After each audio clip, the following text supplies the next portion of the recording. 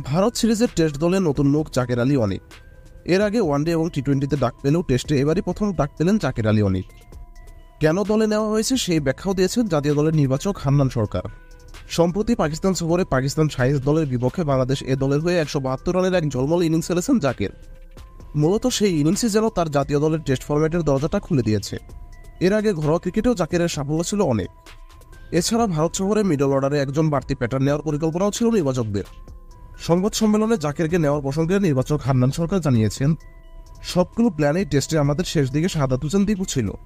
একটা জিনিস লক্ষ্য করবেন, দীপু যখন ম্যাচ খেলেছে আমাদের সাকিব এবং মুশফিক সবসময় অ্যাভেলেবল ছিল না, কেউ একজন অনুপস্থিত ছিল, তখন দীপু খেলেছে, খারাপ ভালো মিলিয়েই খেলেছে।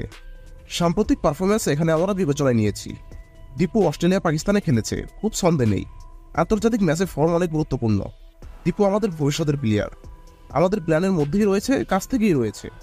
হান্নান আরও বলেছেন, জাকেরের আগের রেকর্ড দীর্ঘমেয়াদের ফরম্যাটে, কিন্তু সে অনেক কার্যকরী হতে পারত। আগে হয়তো দলে আসতে পারেনি। পাকিস্তানে 172 করেছে, চমৎকার একটা ইনিংস খেলেছে। সবকিছু মিলিয়ে আমরা জাকেরকে একটু এগিয়ে নিয়েছি। আগামী 19 সেপ্টেম্বর চেন্নাইয়ের মাঠে গড়াবে ভারত এবং বাংলাদেশের মধ্যকার 2 ম্যাচের টেস্ট সিরিজের প্রথম ম্যাচ। তো ভিউয়ার্স, আপনারা টেস্ট দলে জাকেরের অন্তর্ভুক্তিকে কিভাবে দেখছেন কমেন্ট করে জানাতে পারেন আমাকে।